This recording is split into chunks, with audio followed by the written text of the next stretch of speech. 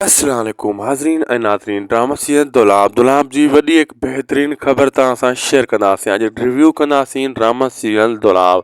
दोस्तो मां तव्हांखे ॿुधाईंदो हलां, दुलाब ड्रामो हिकु अहिड़े मोड़ ते अची चुको आहे जितां हाणे हे पोहिना मोटणु मुराद वारनि जे लाइ बि नामुमकिन बणिजी वियो आहे ऐं रहज़न वारनि जे लाइ बि। उन ॿिन्ही धुरियुनि जे लाइ इज़त जो मसइलो बणिजी चुको आहे ऐं इन्हनि धुरियुनि खे इहा ख़बर नाहे त असां सां का गेम बि खेॾी पई वञे। गेम त शाहनवाज़ विच में खेॾे पियो, लेकिन ॿई धुरियूं पंहिंजी इज़त जे मतिलबु बहानो करे ज़िद ते बीठियूं आहिनि ऐं होॾां शाहनवाज़ ख़ान वॾो फ़ाइदो वठंदो ऐं पंहिंजे माण्हुनि खे चई अली ख़ान ते हमले जे लाइ बि चई छॾियो आहे।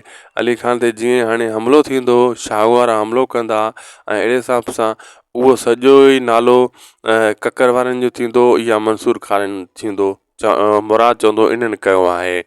घणो करे राज़नि वारा फासी वेंदा, छो धमकी हेॾे ई हलिया वेंदा आहिनि, पोइ हमिलो थींदो आहे, पोइ नालो एॾो ई थींदो त इन्हनि इहो हमिलो कयो आहे अली ख़ान जे मथां।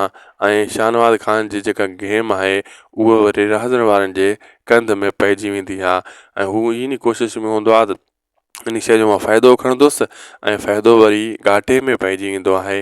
पोइ हू बि पछताईंदो आहे त हीउ मूं तकड़ि करे छा कयो छा न कयो।